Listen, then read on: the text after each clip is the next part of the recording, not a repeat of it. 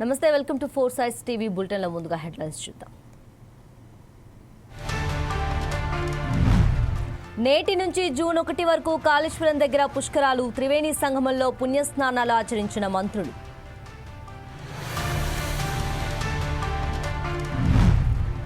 విజయ్ కేబినెట్లో 2 కాంగ్రెస్ ఎమ్మెల్యేలకు చోటు, 59 ఏళ్ల సుదీర్ఘ విరామం తర్వాత కాంగ్రెస్కు మంత్రి పదవులు.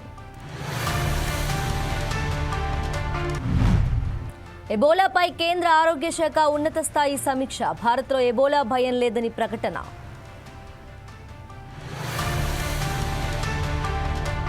తెలుగు రాష్ట్రాల్లో దంచి కొడుతున్న ఎండలు, ఉదయం 11 నుంచి సాయంత్రం 4 వరకు బయటకు రావద్దని సూచన.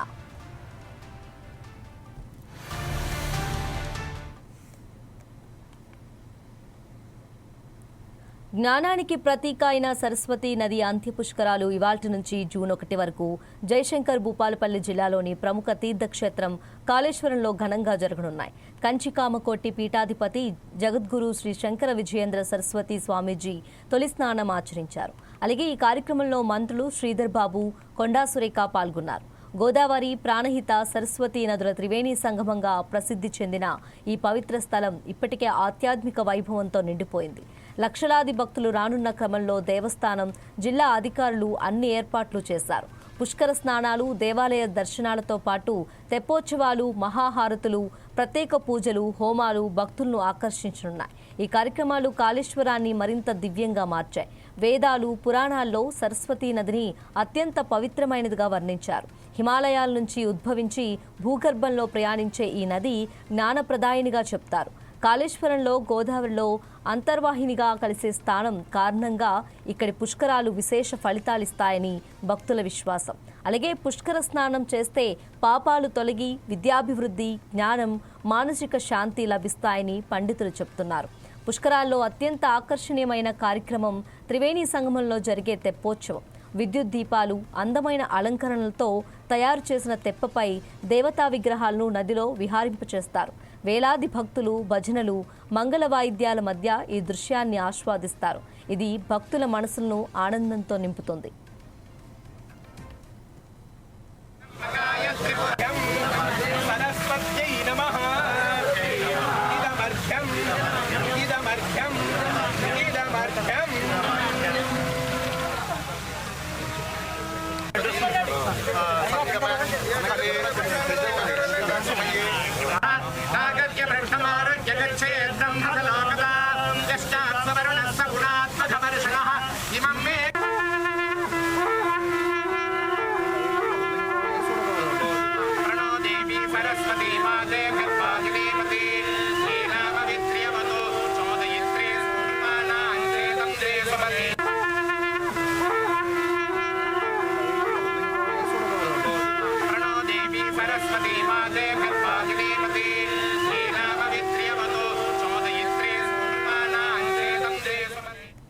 సరస్వతి ఘాట్తో పాటు ప్రధాన ఘాట్ వద్ద స్నానాలు ఆచరించేవారు దుస్తులు మార్చుకునేందుకు తాత్కాలిక గదులను 300కు పైగా ఏర్పాటు చేశారు.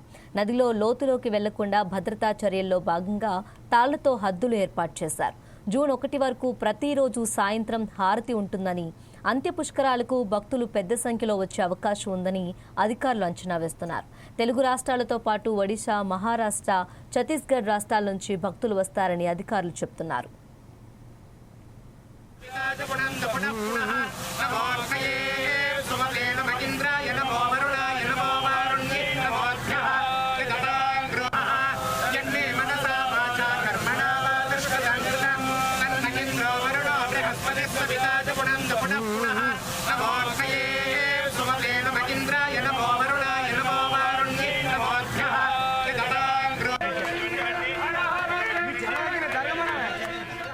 ప్రాణహిత, గోదావరి నదుల్లో అంతర్వాహినిగా సరస్వతి నది ప్రవహిస్తున్న ప్రాంతంగా కాళేశ్వరం ప్రసిద్ధి చెందింది. దేశంలో సరస్వతి నది ఉన్నతి ఉత్తరప్రదేశ్లోని ప్రయాగ్రాజ్, రెండోది కాళేశ్వరంలోనే. అక్కడ కుంభమేళా నిర్వహించడం ఆనవాయితీ కాగా, తెలంగాణలో తొలిసారి అంత్య పుష్కరాలకు సైతం ప్రాధాన్యమిచ్చి ఘనంగా నిర్వహించేందుకు ఏర్పాట్లు చేయటం విశేషం. ఆది పుష్కరాల్లో నదీ స్నానం ఆచరించటం, పితృతర్పణాలు ఇవ్వటం చాలా ఫలితాలిస్తాయో అంత్య పుష్కరాల సమయంలోనూ ఆయా కార్యక్రమాలతో అవే ఫలితాలుంటాయని పండితులు చెప్తున్నారు.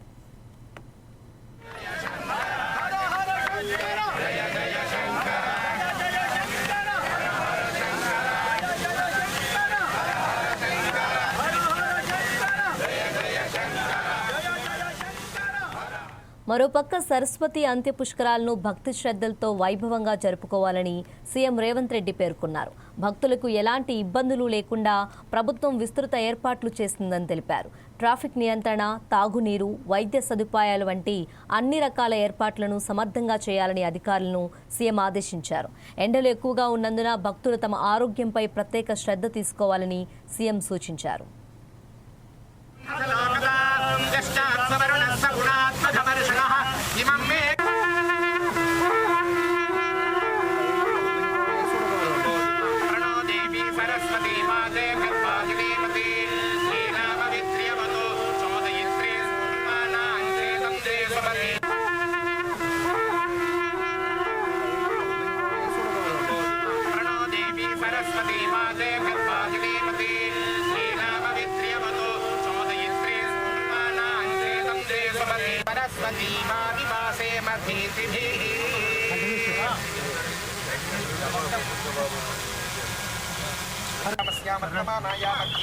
पंचम्यां शुभदिनौ परमेश्वर प्रीत्यर्थं गुरुपुष्य अलभ्ययोग पुण्यकाले सरस्वती अंत्यपुष्कर पुण्यकाले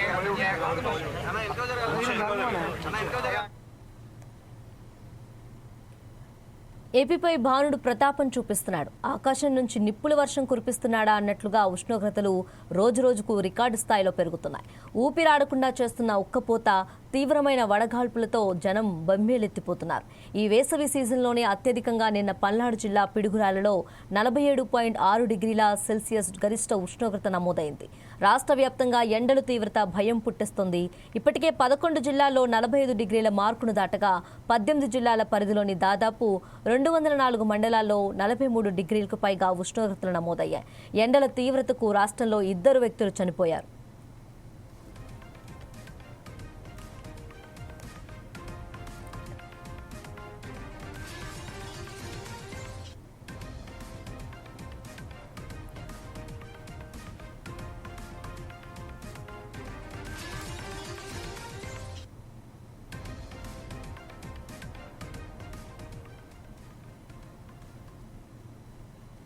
ఏపీ విపత్తుల నిర్వహణ సంస్థ హెచ్చరికల ప్రకారం ఇవాళ రాష్ట్రంలో ఎండలు మరింత ముదరనున్నాయి.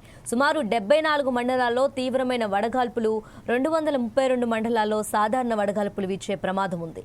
పార్వతీపురం, మన్యం, అల్లూరి సీతారామరాజు, పోలవరం, అనకాపల్లి, కాకినాడ, కోనసీమ, తూర్పుగోదావరి, పశ్చిమ గోదావరి, ఏలూరు, కృష్ణా, ఎన్టీఆర్, గుంటూరు, బాపట్ల, పల్నాడు, ప్రకాశం జిల్లాల్లో ఎండలు 47 డిగ్రీలు తాకే అవకాశం ఉంది. అలాగే విజయనగరం, మార్కాపురం ప్రాంతాల్లో 44 నుండి 45 డిగ్రీలు ఉష్ణోగ్రతలు నమోదవుతున్నాయి. శ్రీకాకుళం, విశాఖపట్నం, నెల్లూరు, నంద్యాల, అనంతపురం, శ్రీ సత్యసాయి, వైఎస్ఆర్ కడప, తిరుపతి జిల్లాల్లో 40 నుండి 43 డిగ్రీలు ఎండల ప్రభావం ఉంటుంది. శుక్ర, శనివారాల్లో కూడా ఉష్ణోగ్రతలు భారీగానే ఉంటాయని వాతావరణ శాఖ స్పష్టం చేసింది.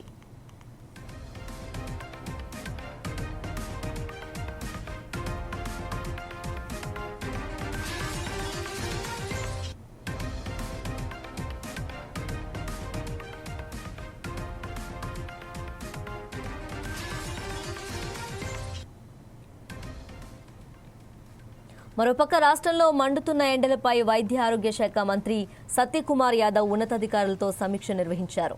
గ్రామీణ ప్రాంతాల్లోని ఆయుష్మాన్ ఆరోగ్య మందిరాల నుంచి పెద్ద బోధనాసుపత్రుల వరకు అన్నింటా వడదెబ్బ బాధితులకు తక్షణ వైద్యం అందించేలా సన్నద్ధం కావాలని ఆదేశించారు. మార్చి 1 నుంచి మే 19 వరకు రాష్ట్రంలో 325 వడదెబ్బ అనుమానిత కేసులు నమోదయ్యాయని, ఎండలను తట్టుకునేందుకు వీలుగా ప్రభుత్వం రాష్ట్ర వ్యాప్తంగా 1,44,00,000 ఓఆర్ఎస్ ప్యాకెట్లను అందుబాటులో ఉంచింది. అలాగే రానున్న 4 రోజుల పాటు ఎండ తీవ్రత గరిష్టంగా ఉంటుంది. కాబట్టి అత్యవసరమైతేనే తప్ప ఉదయం 11 నుంచి సాయంత్రం 4 గంటల మధ్య ప్రజలు ఇళ్ల నుంచి బయటకు రావద్దని, తగిన జాగ్రత్తలు తీసుకోవాలని కోరారు. మరో 4 రోజులు ఇదే పరిస్థితి ఉండనున్న నేపథ్యంలో ప్రజలు అప్రమత్తంగా ఉండాలని అధికారులు సూచించారు.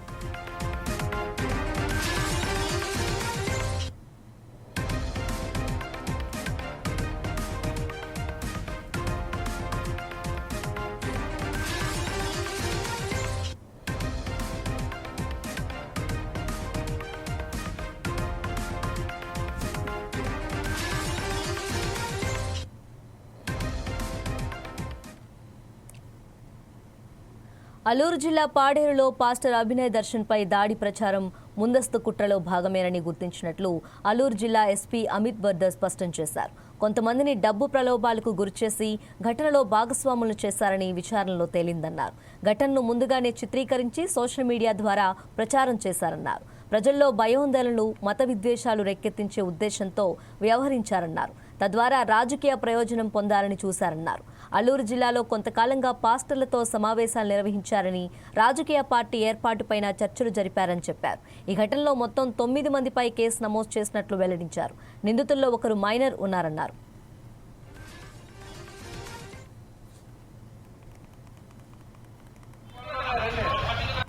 కొన్ని వీడియోస్ నిన్న సర్ఫేస్ అయిన దాంట్లో A2 కిరణ్తో సహా మాట్లాడి కిరణ్ ఒక ఆడియో క్లిప్లో మిగతా అక్యూజ్కి డైరెక్ట్ చేస్తున్నారు. ఇక్కడికి రావచ్చు, ఎలాగా ఈ ఇన్సిడెంట్ జరగాలి అన్ని వివరణ చెప్పారు. సో ఇవన్నీ మన ఎవిడెన్స్ ప్రకారంగా కలెక్ట్ చేయడం జరిగిన. ముఖ్యమైన వాళ్ళకి డివైసెస్ కూడా సీజ్ చేయడం జరిగిన. వాళ్ళు రికార్డింగ్స్ ఏమేమి పెడుతున్నారు, ఏమేమి డివైసెస్తో వాళ్ళు రికార్డ్ చేసిన.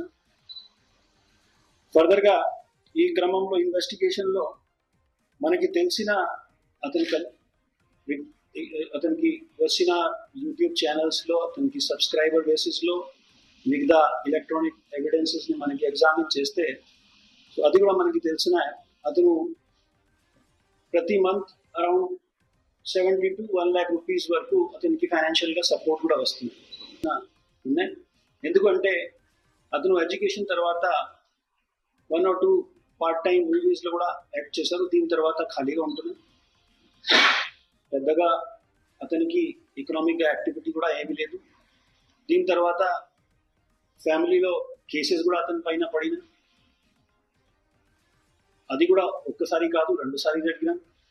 సో ఈ యాక్టివిటీస్ని చేసే వాళ్ళకి ఫైనాన్షియల్గా అసిస్టెన్స్ అది కూడా 70,000 to 1 lakh వరకు వస్తే అది ఒక మన ఇన్వెస్టిగేట్ చేయాల్సిన సబ్జెక్ట్. ఇప్పుడు ఇది కంటిన్యూగా ఇన్వెస్టిగేషన్లో జరుగుతున్నాయి. దీంతో సహా అతను ఈ డబ్బులు ఎవరు ఇస్తారు, డబ్బులు మాత్రం వస్తున్నాయి, అది ఒక యాక్టివిటీ.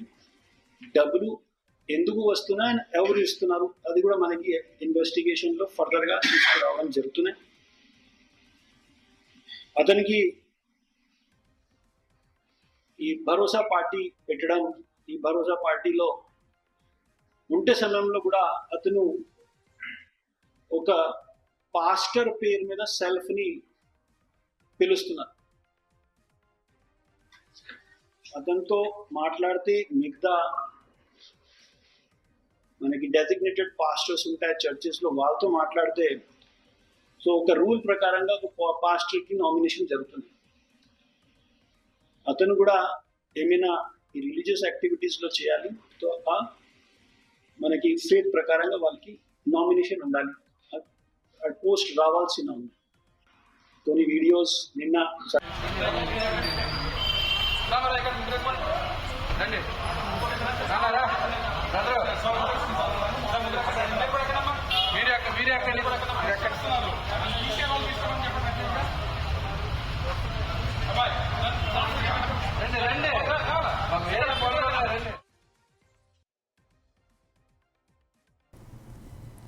నల్గొండ జిల్లా కేతేపల్లి పోలీస్ స్టేషన్ ఆవరణలో భారీ అగ్ని ప్రమాదం చోటు చేసుకుంది. వివిధ కేసుల్లో భాగంగా పోలీసులు సీజ్ చేసి స్టేషన్ ప్రాంగణంలో భద్రపరిచిన పలు వాహనాలకు అకస్మాత్తుగా మంటలు అంటుకున్నాయి. ఎండ తీవ్రత మరేదైనా కారణంతో చెలరేగిన ఈ మంటలు క్షణాల్లోనే పక్కన ఉన్న ఇతర వాహనాలకు కూడా వేగంగా వ్యాపించాయి. ఈ ప్రమాదంపై వెంటనే స్పందించిన కేతేపల్లి పోలీస్ సిబ్బంది స్థానిక ఫైర్ స్టేషన్కు సమాచారం అందించారు. అగ్నిమాపక సిబ్బంది ఫైర్ ఇంజిన్తో ఘటనా స్థలానికి చేరుకొని పోలీసులతో కలిసి యుద్ధ ప్రాతిపదికన మంటలను ఆర్పివేశారు. సకాలంలో స్పందించి మంటలను అదుపు చేయడంతో పోలీస్ స్టేషన్ ప్రధాన భవనానికి మరియు పెద్ద ఎత్తున జరగబోయే నష్టానికి బ్రేక్ పడింది. ప్రమాద కారణాలపై పోలీసులు దర్యాప్తు చేస్తున్నారు.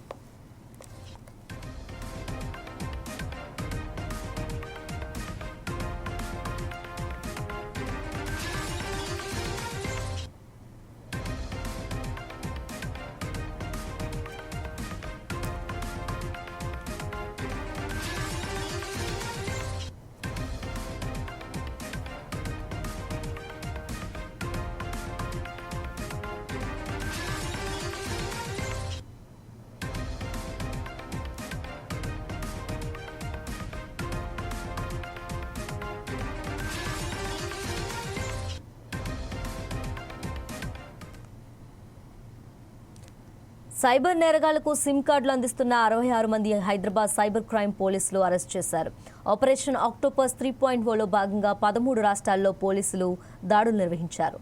గోస్ట్ సిమ్ కార్డులతో దేశవ్యాప్తంగా 76 సైబర్ నేరాలు చేసినట్లు గుర్తించారు. 18 బృందాలతో 7 రోజుల పాటు ఈ ఆపరేషన్ కొనసాగించారు. మొత్తం 1194 గోస్ట్ సిమ్ కార్డులను గుర్తించి వాటిలో 544 స్వాధీనం చేసుకున్నారు. సైబర్ నేరగాళ్లకు 20 మంది POS ఏజెంట్లు సహకారం అందించినట్లు పోలీసులు గుర్తించారు. వీరిలో 10 మంది Vodafone Idea, 7 Airtel, 3 Jio POS ఏజెంట్లను అరెస్ట్ చేశారు.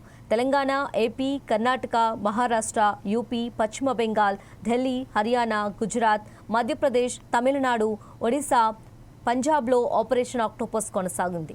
సిమ్ కోసం వచ్చిన వారికి తెలియకుండా మరో సిమ్ యాక్టివేట్ చేసినట్లు పోలీసులు గుర్తించారు. గత 3 నెలల నుంచి ఆపరేషన్ ఆక్టోపస్ పేరుతోని దేశవ్యాప్తంగా మన టీమ్స్ పంపించి కొన్ని నేరస్తులను పట్టుకోవడానికి మనము ప్లాన్ చేయడం జరిగింది. దాని భాగంగా ఆక్టోపస్ 1ను మనం చేపట్టి, ఎందుకంటే ఈ సైబర్ క్రైమ్లో విక్టిమ్తో పాటు సైబర్ క్రైమ్ క్రిమినల్స్ ఉన్నారు, వాళ్ళకు హెల్ప్ చేసిన బ్యాంకింగ్ వ్యవస్థ ఉంది. అట్లానే ఒక గోస్ట్ సిమ్స్ని సరఫరాజ్ చేసే ఒక ముఠా కూడా ఇన్వాల్వ్ కావడం జరుగుతుంది. అన్నీ కూడా మనము ఒకసారి డిసిఫర్ చేయడానికి చేసేదానికి ఈ ఒక ఆక్టోపస్ ఒక ఆపరేషన్ని మనము చేపట్టాను. సో ఆక్టోపస్ 1లో మనము దాదాపు 16 స్టేట్స్లో మన టీమ్స్ పంపించి 850 కేసెస్ పైన నేరాల్లో పాల్గొనే సైబర్ క్రిమినల్స్లో 350 మ్యూల్ అకౌంట్స్ని, అట్లానే 117 మందిని మనం అరెస్ట్ చేయడం జరిగింది. ఇంత స్థాయిలో ఒక దేశవ్యాప్తంగా ఆపరేషన్ను మొదటిసారిగా జరిగింది. అది కూడా మన హైదరాబాద్ పోలీసు చేసింది. తర్వాత ఆక్టోపస్ 2లో 9 స్టేట్స్లో మన టీమ్స్ పంపడం జరిగింది. 52 మందిని మనం అరెస్ట్ చేశాను. ఆక్టోపస్ 1లో మన ఫోకస్ అంతా మ్యూల్ అకౌంట్ హోల్డర్స్ పైన మన ఫోకస్ చేస్తే, మనము సెకండ్ ఆపరేషన్లో ఆక్టోపస్ 2.0లో ఈ బ్యాంక్లో ఎవరెవరు ఇన్వాల్వ్ అవుతున్నారు, ఎవరెవరు ఈ యొక్క మ్యూల్ అకౌంట్ సరఫరా చేస్తున్నారు, వాళ్ళపైన ఉక్కుపాదం మోపడం జరిగింది. దాదాపు మనము 52 మంది అరెస్ట్ చేసి దాంట్లో 32 మంది బ్యాంక్ ఆఫీషియల్స్. ఇంత పెద్ద సంఖ్యలో బ్యాంక్ ఆఫీషియల్స్ అరెస్ట్ కావడం ఒక దేశ చరిత్రలోనే మొదటిసారి. మన ఆక్టోపస్ 2.0లో చూసింది ఏమంటే, బ్యాంక్లో చాలా లూపల్స్ ఉన్నాం, దాన్ని మనము ఎక్స్పోజ్ చేయడం జరిగింది. ఎందుకంటే ఈ యొక్క సైబర్ క్రైమ్ క్రిమినల్స్కి ముఖ్యంగా మెయిన్ లైఫ్ లైను ఈ మ్యూల్ అకౌంట్స్.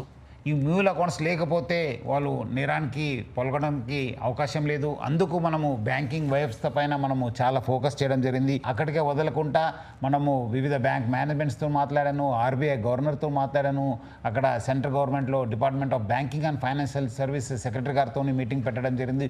ఇప్పుడు ఒక లెవెల్ ఆఫ్ అవేర్నెస్ రావడం జరిగింది. బ్యాంకింగ్ మేనేజ్మెంట్స్ కావచ్చు, సెంట్రల్ గవర్నమెంట్లో కావచ్చు, reserve bank of India officials కూడా కొంత అవేర్నెస్ రావడం జరిగింది.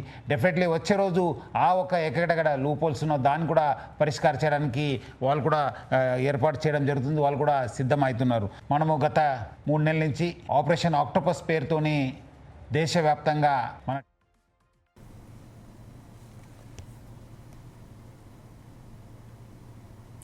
రాజీవ్ గాంధీ వర్ధంతి సందర్భంగా సీఎం రేవంత్ రెడ్డి నివాళులర్పించారు. లైవ్ చూద్దాం. భారతరత్న మాజీ భారతదేశ ప్రధానమంత్రి కీర్తిశేషులు శ్రీ రాజీవ్ గాంధీ గారి వర్ధంతి కార్యక్రమాన్ని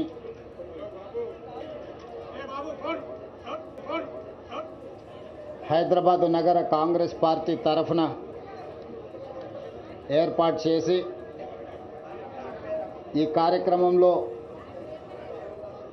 ఇన్ఛార్జ్ మంత్రివర్యులు, పార్లమెంట్ సభ్యులు, శాసనమండలి సభ్యులు, శాసనసభ్యులు, రాజీవ్ గాంధీ అనుచరులైన వి హనుమంతరావు గారు, మాజీ మంత్రివర్యులు గీతారెడ్డి గారు, ఇతర ముఖ్యమైన గ్రేటర్ హైదరాబాదు నగర కాంగ్రెస్ పార్టీ నాయకులు అందరూ పాల్గొని వారికి ఘనమైన నివాళులను ఈరోజు అర్పించడం జరిగింది. ప్రపంచ దేశాలలో భారతదేశానికి ఒక గుర్తింపు, గౌరవము, ఈ దేశము ప్రపంచానికే సాంకేతిక యుగంలో ఒక దిశను చూపించి ప్రపంచ దేశాలతో పోటీ పడడానికి ఈ దేశ యువతను సమాయత్తం చేసిన గొప్ప నాయకుడు రాజీవ్ గాంధీ గారు. రాజీవ్ గాంధీ గారు ఈ దేశం కోసం ప్రాణాలు అర్పించిన మహాత్మా గాంధీ గారి స్ఫూర్తితో, ఈ దేశ ఐక్యత కోసం, సమగ్రత కోసం ప్రాణాలు అర్పించిన శ్రీమతి ఇందిరాగాంధీ గారి యొక్క స్ఫూర్తితో ఈ దేశ అభివృద్ధిలో భాగస్వామి అవుతూ దేశ సమగ్రతను కాపాడడానికి మూడో తరం కూడా ప్రాణాలు అర్పించి ఈ దేశ సమగ్రతను కాపాడిన ఒక గొప్ప నాయకుడు రాజీవ్ గాంధీ గారు. ఈనాడు ఈ తరం, ఈ సాంకేతిక విప్లవం, ఈ కంప్యూటర్ యుగం, 21st సెంచరీ అని మనం ఏదైతే చెప్పుకుంటున్నామో ఈ దేశానికి అందించిన గొప్ప నాయకుడు రాజీవ్ గాంధీ. టెలికాం యుగం కానీ, కంప్యూటర్ని కానీ, ఈరోజు మన ఆర్థిక అభివృద్ధికి కారణమైన ఈ సాంకేతిక విప్లవాన్ని ఈ దేశానికి అందించిన గొప్ప దార్శనికుడు, గొప్ప నాయకుడు రాజీవ్ గాంధీ. ఇదే కాదు, మహిళల అభివృద్ధి పట్ల, మహిళలకు ఆర్థిక వెసులుబాటుతో పాటు రాజకీయాలలో సముచితమైన స్థానం ఉండాలి, కుటుంబాన్ని చక్కదిద్దే మహిళ స్థానిక సంస్థల్లో కానీ ప్రజాపాలనలో కానీ భాగస్వాములను చేస్తే దేశం వేగంగా అభివృద్ధి చెందుతుంది అని భావించి స్థానిక సంస్థల్లో ఈ దేశంలో మొట్టమొదటిసారి మహిళా రిజర్వేషన్లను తీసుకొచ్చిన గొప్ప నాయకుడు రాజీవ్ గాంధీ గారు. ఎన్నో సరళీకృత విధానాలను ముందుకు తీసుకువెళ్లాలని, ఈ దేశంలో పేదలకు సంక్షేమం అందాలని, ఈ దేశం అభివృద్ధి చెందాలని కలలు కన్న గొప్ప నాయకుడు రాజీవ్ గాంధీ. వారి స్ఫూర్తితో యూపీఏ చైర్పర్సన్గా శ్రీమతి సోనియా గాంధీ గారు తెలంగాణ రాష్ట్రాన్ని ఏర్పాటు చేయడం జరిగింది. ఆనాడు శ్రీమతి ఇందిరాగాంధీ గారు వీరమరణం పొందినప్పుడు వారు మెదక్ పార్లమెంట్ నియోజకవర్గం తెలంగాణ నుంచే ప్రాతినిధ్యం వహించడం జరిగింది. అదేవిధంగా ఈ ప్రత్యేక తెలంగాణ రాష్ట్రాన్ని ఏర్పాటు చేయడంలో సాహసోపేతమైన నిర్ణయం శ్రీమతి సోనియా గాంధీ గారు తీసుకోవడం వల్లనే ఈనాడు తెలంగాణ రాష్ట్ర కళ నిజమై తెలంగాణ రాష్ట్రంలో సచివాలయం ముందు ట్యాంక్ బండ్ మీద ఈరోజు మనం రాజీవ్ గాంధీ గారి వర్ధంతి జరుపుకుంటున్నాం. ఈ తెలంగాణ ప్రజలకు రాజీవ్ గాంధీ, సోనియా గాంధీ గారు, ఇందిరాగాంధీ. తాడేపల్లి నుంచి వైసీపీ జగన్ మాట్లాడుతున్నారు, లైవ్ చూద్దాం. స్కాముల కోసం ఎందుకయ్యా రాష్ట్ర ప్రజల వెన్ను విడుస్తున్నావు అని ఎవరైనా ప్రశ్నిస్తే బీపీ పెరుగుతూ ఉంది.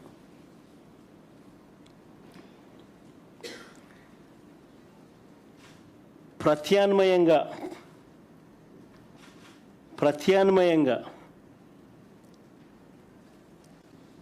మోస్ట్ ప్రాక్టికల్గా రాష్ట్ర పరిస్థితులను పూర్తిగా మనసులో పెట్టుకొని రాష్ట్రానికి ఒక రాజధాని ఉండాలి, రావాలి అన్న ఒక తాపత్రయంతో ప్రత్యామ్నాయంగా మచిలీపట్నం నుంచి విజయవాడ 70 కిలోమీటర్లు, విజయవాడ నుంచి గుంటూరు మరో 40 కిలోమీటర్లు, ఈ 110 కిలోమీటర్ల హైవేకు అటు ఇటుగా రాజధాని కారిడార్గా పెట్టమని మావిగన్ అని చెప్పి మేము ప్రతిపాదించినాం. మావిగన్ ప్రాంతంలో ఇప్పటికే మేము మా హయాంలో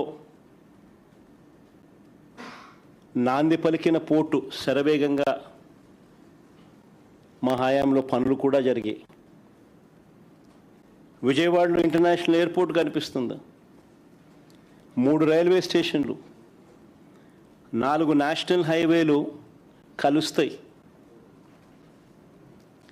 9 గవర్నమెంటు ప్రైవేట్ మెడికల్ కాలేజీలు ఉన్నాయి ఈ ప్రాంతంలో, యూనివర్సిటీలు ఉన్నాయి, మరెన్నెన్నో విద్యా సంస్థలు ఉన్నాయి. దాదాపుగా 35-40 లక్షల జనాభా ఇక్కడే ఉన్నారు. అదే అమరావతి అయితే అంత జీరో నుంచి మొదలు పెట్టాల్సి ఉంటుంది అని చెప్పాం.